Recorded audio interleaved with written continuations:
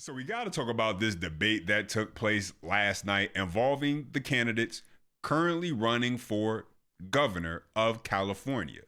Yeah, that's going on right now. And since this is Cali we talking about, we are talking about a field of far left radical Democrats who are showing their true colors for everyone to see. Full mask off, ladies and gentlemen. They're not even hiding it anymore on this national stage. Honestly, it's pretty embarrassing. If things keep going this way, the Republicans running might actually have a shot, I know, right, at this thing, because what California is putting out for the Democrat Party is just sad. Really is. But it also tells you where the party is right now, and it's bad. And so we got to break it all down. So let's start with this. If the state is failed, if the education system has failed, if it's an affordability crisis, if we're only one of 5 states where people are actually leaving instead of going into, if you have all these problems, is it a good idea to have one party rule for so long? And Hilton, I think, has articulated that. I asked him yesterday, is it possible for a Republican to get elected governor of California? He has a way to lay out the math that shows, yes, you could attract independents and even some disaffected Democrats who are sort of fed up with the fact that they live in a state that's beautiful and has all these things going for it, but has been so mismanaged that people hate living here so much that they're fleeing to Miami and other places. And, watching this debate tonight, watching Democrats argue with each other about how to raise more taxes, how to further ruin health care, how to let in more illegal immigrants, it makes you believe that someone like Steve Hilton, if you just articulate the right questions, sometimes that can get you pretty far in a campaign. Scott. The only way a Republican wins in California if it's somehow out of this crazy jungle primary, 2 Republicans make it. But if there is one Democrat against Steve Hilton, whether it's Tom Steyer, whether it's Javier Becerra, that Democrat is going to win. And my response to that is, you're probably right. But my question is that a good thing? Is it a good thing for California to continue to just vote for the same party that has created all these problems that everyone seems to agree to exist? Yeah, so you heard Scott Jennings ask the question, is it a good thing to keep voting in the same party, even though they admit the same problems still exist? And of course, the answer would be no, but that's not typically how these things go in California. Now, there is a chance a Republican candidate could win, but it's still a long shot, so we'll see. The only conclusion I can come to when I see something like this, where the majority of the people keep voting for the same outcomes, only thing I can assume is that they're okay with whatever's happening. They like high gas prices. They enjoy being taxed more and more and more. They must, because if you're going to just complain about whatever's going on and then continue to do the same thing, then you get what you asked for.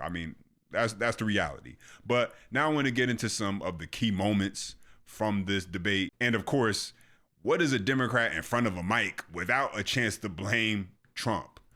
Take a listen. Congresswoman Porter, you recently put out an email, a fundraising email, with the subject line, F Trump. And you're not censoring it like I am right now. And you went on to say, quote, "That's right, F Trump. Together, we're going to kick Trump's ass in November." Will F Trump be your guiding principle in dealing with the president? When Donald Trump hurts California, as he has again and again, then I will absolutely stand up to him. 100%. He has denied wildfire funding to help disaster victims here in California. He has made it clear that he is seeking to specifically punish California in canceling green energy projects here that create good, high-paying jobs while he's allowing them to continue in other states. We absolutely have to be clear about the risk that Donald Trump presents to Californians and to our economy and to our ability to change California for the better. So if he's going to attack California, yeah, F him. Let me push back on what she just said right there. California has been run by Democrats for years. That's just the reality. Democrats control the governor's office, the legislature, and most of the major cities.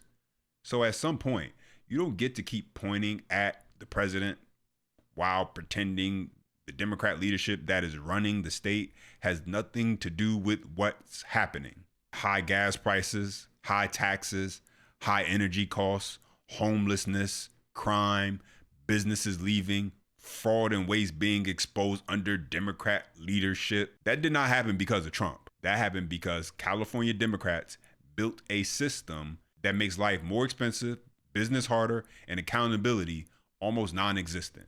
And so when you hear Katie Porter say Trump is a threat to California, I mean, the real question is, if Democrats are doing such a great job, why are so many Californians leaving? That's the part she doesn't want to answer. But she wasn't the only Democrat who wanted to blame Trump for California's failures. Take a listen. So Mr. Mahan chose to divert from answering the question about affordability to launch attacks. What I would simply say to him is, let's focus on who's raising the cost of living in California the most. And that's Donald Trump. The price of gas has gone up $1 to $2 because of Donald Trump and his war in Iran.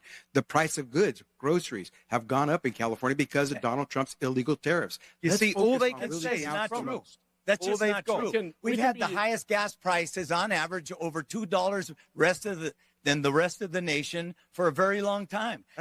Mr. Hilton, go ahead. It's not Donald Trump who's given us gas prices $2 higher than the rest of the country. It's Democrat policies, which Antonio and all the Democrats here support. It's not Donald Trump that's given us the highest housing costs in the country. It's Democrat policies that all these Democrats support.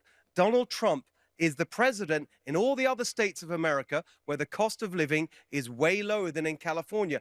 Obviously, it is way past time for change in California, and endlessly going on about Donald Trump doesn't serve the needs of the struggling families and small businesses. Can you say whether or not California has some of the highest gas prices in the country because California has made fuel more expensive through its own tax regulations, climate mandates, refinery rules, and special fuel requirements. Don't blame that on Trump. That's something that California did to itself. And the same thing goes for the cost of living. Housing is expensive because California made it too hard and too slow to build. Energy is expensive because California keeps pushing expensive green mandates. Taxes are high because Democrats keep expanding government programs and looking for more money to pay for them. They're not leaving because Trump hurt California. They're leaving because Democrat leadership made California unaffordable. And in this next clip, Katie Porter lets everyone know exactly who has been replacing the people fleeing California. Take a listen. What's your answer to that, as Mr. Hilton is saying it's the decision of the federal government? It's the job of the governor to protect every single Californian. Period. There are no qualifications on that. Are you doing that? Are you doing that by having a sanctuary state policy? Absolutely not. And I was on the stage telling everyone what was going to result I would like to get from sanctuary state. Complete and it's forcing us to be less safe. May I give an answer? Go ahead, It's the job of the California governor to protect every single Californian. The sanctuary state policy is designed to make sure that our state resources, the taxpayer dollars, the public servants that we have are focusing on doing their jobs, which is not cooperating with the federal immigration authorities. These are Californians. They contribute to our economy. They pay taxes, and they're one of the only ways that our state has been growing in recent years. So do Democrats even think there should be a difference between an American citizen and an illegal alien? It sounds like they don't. It really does. I think, in my opinion, they don't think there's a difference between legal immigrants versus illegal immigrants. That's why they like to use the soft language like undocumented person, right? It softens reality. But there's more. Here you have another Democrat, like I said, going full mask off, admitting that, yes, illegal migrants have a right to health care. Take a listen. On the question of health care for the undocumented, I said everybody in California has a right to health care. And let's answer California this out. should fund that. The truth of the matter is immigrants built this state. Immigrants make this state run. Yeah. The fact of the matter is we had a broken immigration system, and now you want to victimize the people who are working here and making the state run. Thank you, As sir. Antonio said, try and get rid of them. You can't do it. Let's go to... You know, I find it hilarious when they talk about a broken immigration system. Why is it that just because someone from another country wants to come here, that means they should just be able to come, right? That's how Democrats want it to be. That's how they lay it out. Whether it takes 1 year, 2 year, or 10 years, the reality is that just because you want to be in this country, you want to come to this country, doesn't mean you just should be allowed to automatically. And the only thing that was broken was the border under the last administration, which led in millions and millions of illegal migrants through the southern border into this country. This is really about how Democrats want illegal migrants here and want to give them rights, voting access, health care, and government benefits because they know this is how they can gain political power. They can dress it up however they want, but politically, let's be real.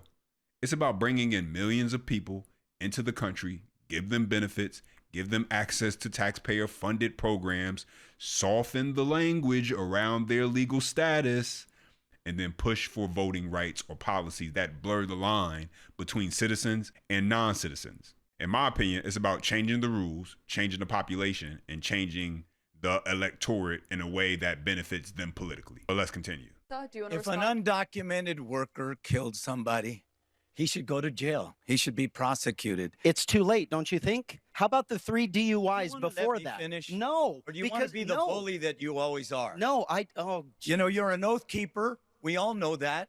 And I'm very proud of it. No, well, you should. I'm very proud of it. And guess what? You're going to swear an oath, and you swore an oath. You should know what you were swearing and be proud of defending it. I don't think an oath keeper is qualified to be governor. I don't think you know what an oath keeper is. Let me answer the question. I said, if an undocumented person committed murder, they should be held accountable. They should go to jail.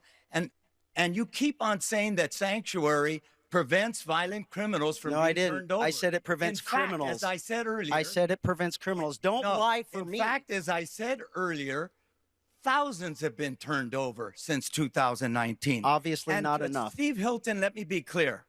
You know, I know you're recently arrived to California, but if you've read the Bay Area Institute, the UC Merced study, immigrants, if we took them all out, including the undocumented, it would be a $274 billion hit to the California Sheriff Bianco, economy. just to follow up on what you were just saying there, and you said you're a proud oath keeper. Are you referring to the group?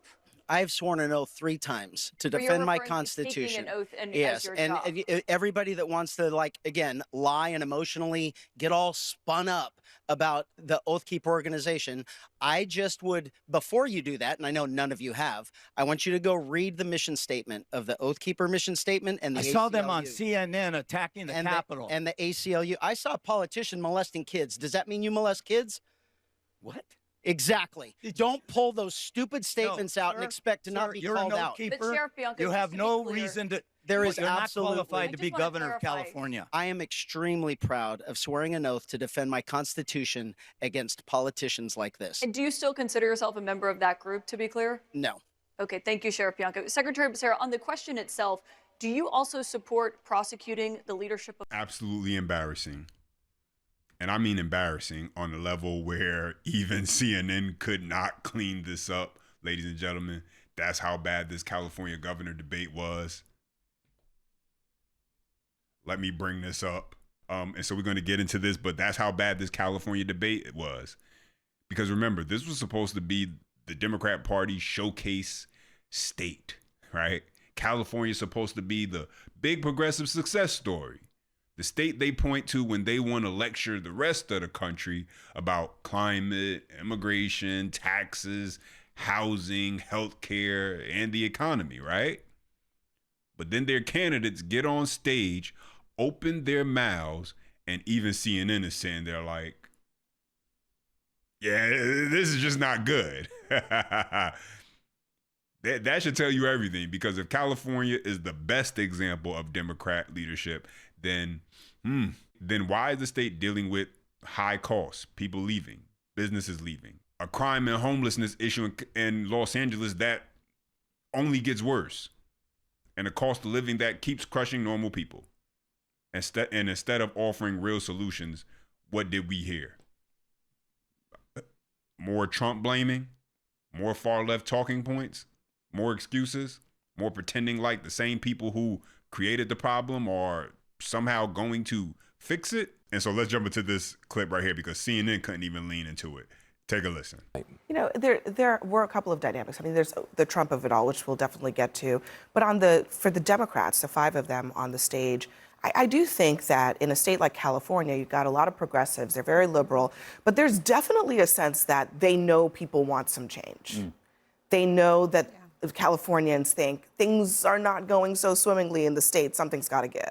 Yeah, absolutely. Prices are high there. You know, they each had to say something about the previous governor. You also have a situation where I think a lot of Democrats don't feel like this is the ideal ticket, that you don't have people on the stage that people are in love with. Right. Eric Swalwell dropped out of the race because he had sexual assault allegations against him. There are some major changes that need to happen within the Democratic Party. It's a moment of reckoning for the Democratic Party in California. But I do think that overall issues like the cost of living, affordability, healthcare, all of these things are still things that people care about in California, and there needs to be major change. And it's not just policies because of the president and the war. It is policies because the governor will likely be on the presidential ballot in 2028. And so this is also a referendum on him. Right. And that was from a former DNC spokesperson. And so here's where I'll leave. That California debate should tell everybody exactly where the Democrat Party is right now. This is supposed to be their strongest state, their model, their blueprint, their proof that progressive leadership works. And what did we see instead? A stage full of Democrats blaming Trump, defending illegal migrants, getting taxpayer benefits, acting like high gas prices and the cost of living just magically appeared under Trump, and refusing to take any real accountability for what their own party has done to the state of California. And listen, at some point, Californians have to ask themselves a real question. How many times are you going to vote for the same people, get the same results, complain about those results, and then do it all over again? Because California's problem did not happen by accident. The high taxes, the high gas prices, the housing crisis, the homelessness, the crime, the business exodus, the people fleeing, that is the product of years of one-party Democrat rule. And now these same candidates want to stand on the stage and pretend they are the solution. No. They are just a continuation of the problem. And so if Californians want a different result, they're going to have to make a different choice. Those problems existed in California before Trump, and if California stay on this path, they will exist after Trump. But those are my thoughts in the update. Now let me hear from you. Drop your comments down below. Subscribe if you enjoyed the content. Smash that thumbs up. And as always, until next time.